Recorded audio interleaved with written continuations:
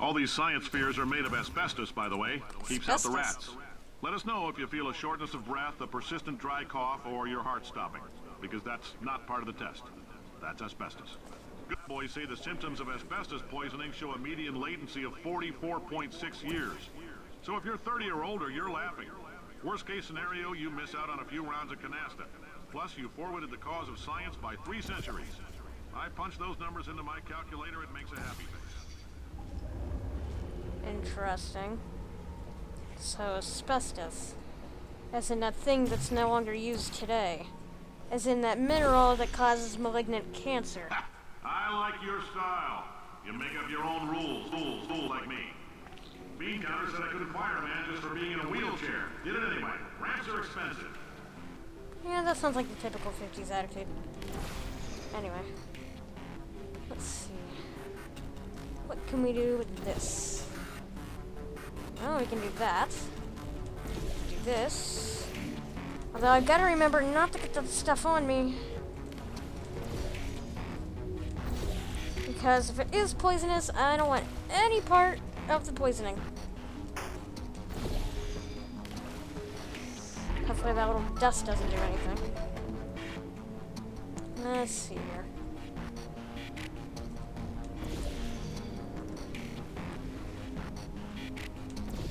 Alright, that should be good enough. Let's see what happens. Hey! Boing! I should have put some here, shouldn't I? Whoopsie. Well, that was convenient. Whoops. There we go. Now we should be set. And yeah, there we go. Perfect. Now, let's see.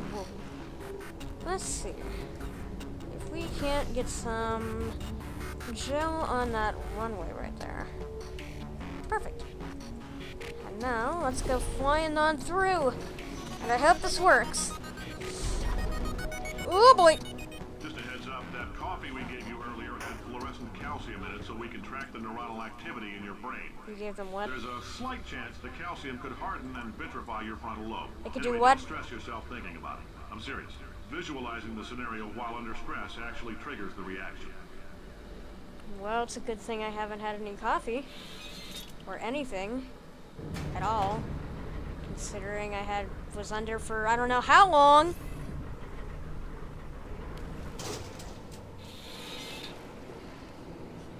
Now, if you're part of control group Kepler-7, we implanted a tiny microchip about the size of a postcard into your skull. Most likely you've forgotten it's even there. But if it starts vibrating and beeping during this next test, let us know. Because that means it's about to hit 500 degrees, so we're going to need to go ahead and get that out of you pretty fast. It's about to do what now? Well, it's a good thing. It's a really good thing I wasn't around for those days. Otherwise, who knows what they would have did. Anyway, I've learned a few things from this experience. Whatever you do, don't get covered in the gel. Don't take the coffee. I'm telling them, keep your pants on. And don't do anything All right, after this she next tells you. test may involve trace amounts of time travel. Time travel? Word of advice, if you meet yourself on the testing track, don't make eye contact. Lab boys tell me that'll wipe out time. Entirely. Forward and backward. So, do both of yourselves a favor and just let that handsome devil go about his business. So I guess that whole time paradox thing destroying the universe is kind of confirmed. Anyway. Still. What were they doing? Time travel? I want to know how that one worked. As far as I'm aware, that's still impossible. I think that would make global news.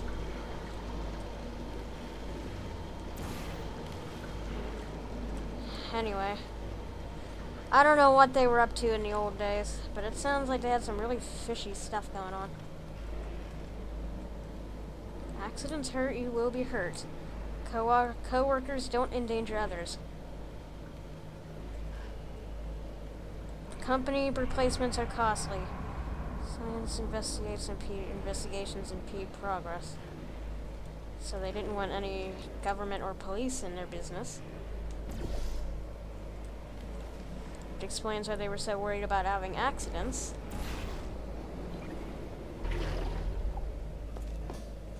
So let's see, the last time I checked we were in 1953. Well, we weren't in 1953, but this is what it looked like in 1953. So...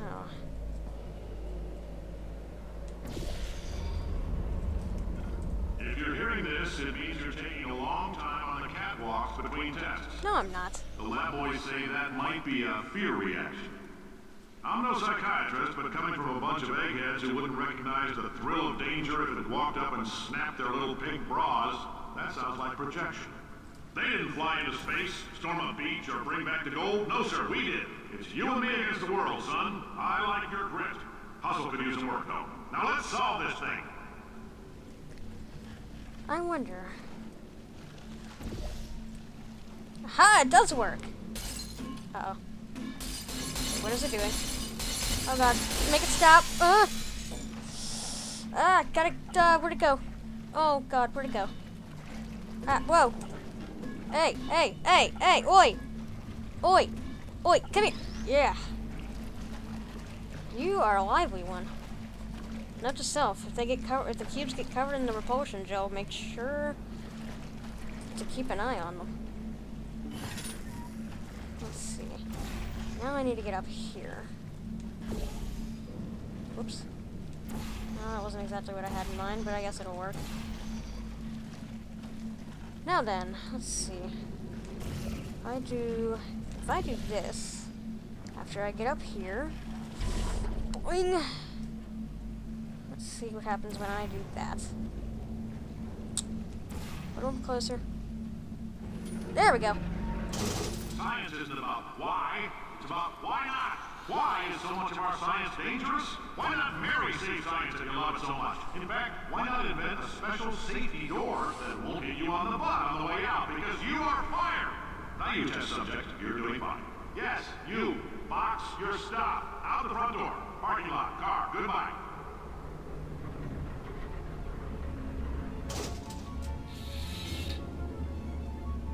Congratulations! The simple fact that you're standing here listening to me means you've made a glorious contribution to science.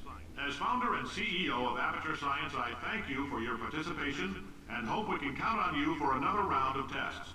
We're not going to release this stuff into the wild until it's good and damn ready, so as long as you keep yourself in top physical form, there'll always be a limo waiting for you.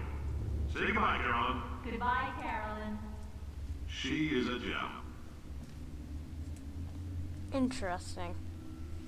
So it seems like Aperture Science innovators, or at least that's what they were called in the 50s, sounds like they wanted to be something more, something different, something new, something the world had never seen before. And it sounds like they were willing to do it at all costs. 1971. Beta. I wonder if that means we're about to activate another gel. Well, let's go see what Aperture was like in the 70s.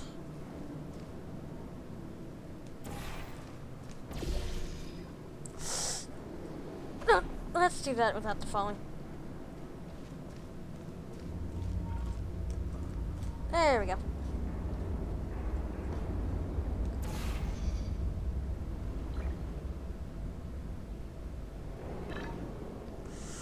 Almost. There we go. Now then, what's in here? Look at that old-fashioned computer. Yeah, I would assume this is the 70s. I mean, look at the size of these things.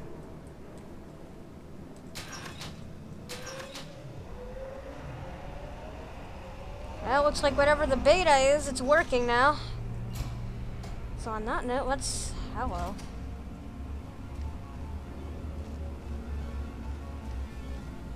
$1971 still. Well, Aperture, let's see what you were like back then. I'm Cave Johnson, CEO of Aperture Science. You might know us as a vital participant in the 1968 Senate hearings on missing astronauts. And you've most likely used one of the many products we invented, but that other people have somehow managed to steal from us. Black Mesa can eat my bankrupt... Black Mesa? The testing? Right. Now you might be asking yourself, Cave, just how difficult are these tests? What was in that phone book of a contract I signed? Am I in danger? Let me answer those questions with a question. Who wants to make $60? Cash. You can also feel free to relax for up to 20 minutes in the waiting room, which is a damn sight more comfortable than the park benches most of you were sleeping on when we found you. So, welcome to Aperture. You're here because we want the best, and you're it. Nope. Couldn't keep a straight face. Anyway, don't smudge up the glass down there. In fact, why don't you just go ahead and not touch anything unless it's test related. Interesting. So it seems like a lot of stuff went down because of their experiments in the 50s and the 60s. And because of that, it sounds like Aperture lost all government funding and went bankrupt. And because of that, it sounds like they had to use test subjects that they found out the streets, probably bums and hobos. Cave Johnson. This must be what he looked like in the 70s. Still, something bugs me. Why haven't I seen this man before? Why haven't I seen him around the facility? I mean, he should still be alive, right? Oh, God. I mean, he wouldn't be that old. Oh, I guess actually he might. Still, I should have at least heard of him. GLaDOS maybe should have mentioned him at one point. More vitrified doors. If you're allergic to peanuts, you might want to tell somebody now, because this next test may turn your blood into peanut water for a few minutes. It's gonna do what? On the bright side, if we can make this happen, they're gonna have to invent a new type of Nobel Prize to give us, so hang in there. The average human male is about 60% water. As far as we're concerned, that's a little extravagant. So if you feel a bit dehydrated in this next test, that's normal. We're gonna hit you with some jet engines and see if we can't get you down to 20 or 30%. Alright, we're working on a little teleportation experiment. Now, this doesn't work with all skin types, so try to remember which skin is yours, and if it doesn't teleport along with you, we'll do what we can to sew you right back into it. So with the exception of that last thing right there, it seems like all 6 of these tests that he's mentioned from these vitrified doors all sound like they have something to do with turning someone into a machine almost. Or maybe preparing them for Arctic exploration? Perhaps? I don't know. Hello. Oh, this isn't a testing area. This is a docking bay for a ship. But there's no ship. What? Hello, what do you say? Borealis. Now I know I've heard that from somewhere. And I suppose it's probably time for me to talk about Portal's correlation to another universe that Valve created, the Half-Life series. If you've played Half-Life before, the series, you would know that the Borealis is a major part in the story. How major, I'm not even sure myself, considering I've only played Half-Life 1, but I do know it has major significance to future events. Anyway, if you haven't figured it out by now, the Half-Life series and the Portal series actually take place within the same universe. And if you know anything about Half-Life, you know exactly what's going on outside. Pretty much, it's basically the end of the world, which GLaDOS hinted at the last time in the first game. Why do I always mess that up? Because that's not what we're supposed to do yet. What we're actually supposed to do is not do that. What we're actually supposed to do is go over here. Wrong one.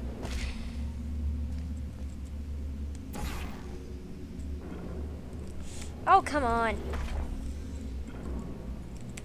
Come on. Knock that off. Really? Oh, portal guns, you're getting on my nerves right now. Come on. Ah, there we go. Finally. Anyway. Let's see.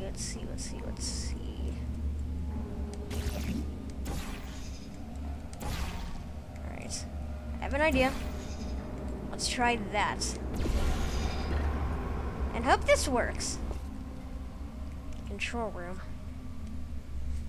Interesting. I wonder if that means I can get upstairs now.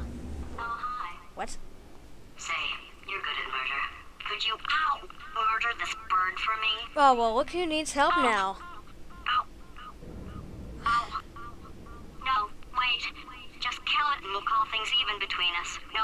feelings? Uh-huh, Please exactly. get it off me. Fine. I probably need you anyway. Did you feel that? That idiot doesn't know what he's doing up there. This whole place is going to explode in a few hours if somebody doesn't disconnect him. I can't move, and unless you're planning to saw your own head off and wedge it into my old body, you're going to need me to replace him. We're at an impasse. I thought So as what much. do you say? You carry me up to him and put me back into my body, and I stop us from blowing up and let you go. Let me go, huh? This potato only generates 1.1 volts of electricity. I literally do not have the energy to lie to you. Convenient. Even if I am lying, what do you have to lose? You're going to die either way. Touche. I don't like this any more than you do. In fact, I like it less because I'm the one who got partially eaten by a bird. Well, I guess I'll take you along anyway. What is wrong with you? Hold on. Do you have a multimeter? Never mind. The gun must be part magnesium. It feels like I'm outputting an extra half a volt. Keep an eye on me. I'm going to do some scheming. Here I go. Yeah, that was short-lived. Whoa, where are we? How long have I been out? That extra half volt helps, but it isn't going to power miracles. If I think too hard, I'm going to fry this potato before we get a chance to burn up in the atomic fireball that little idiot is going to...